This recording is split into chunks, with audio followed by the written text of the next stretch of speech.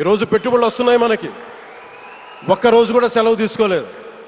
శత్రు దేశాలు, మన అభివృద్ధికి ఈర్ష్యపడే పశ్చిమ దేశాలు, వీటన్నిటినీ తట్టుకొని ఒకవైపు విదేశాల్లో ఉండే శత్రువులతో పోరాడాలి, దేశాన్ని అభివృద్ధి పదంలో తీసుకెళ్దామంటే అంతర్గత శత్రువులతో పోరాడాలి.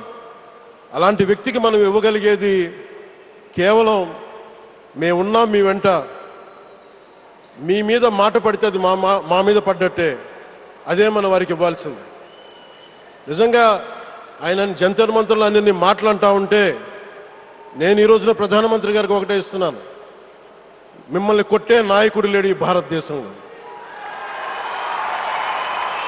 రాబోడు. కానీ మీరు పడ్డ శ్రమ, మీరు పడ్డ కష్టం ఎవరు తీసుకోలేరు.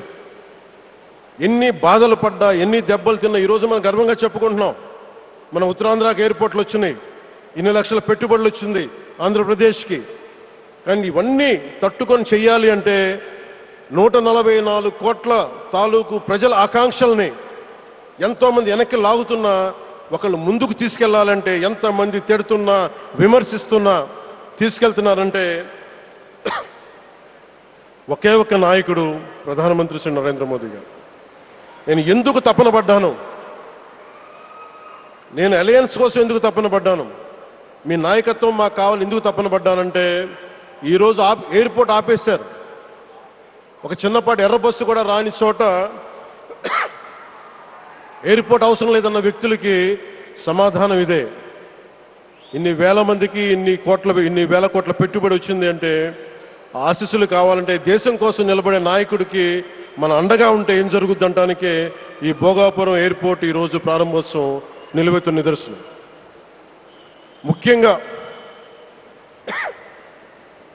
25 సంవత్సరాలు లోబడి ఉన్న పిల్లలున్న ప్రతి ఒక్కరికి కూడా నేను ఈ సందర్భంగా తెలియజేస్తున్నాను, పిల్లల్ని సరైన దారిలో పెట్టడం, సరైన సంస్కారాలు నేర్పించడం చాలా చాలా అవసరం.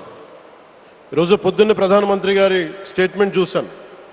ఆయన తిట్టిన, ఎన్ని దూషించారో వారిని కూడా పెద్ద మనసుతోటి క్షమించారు ఆయన.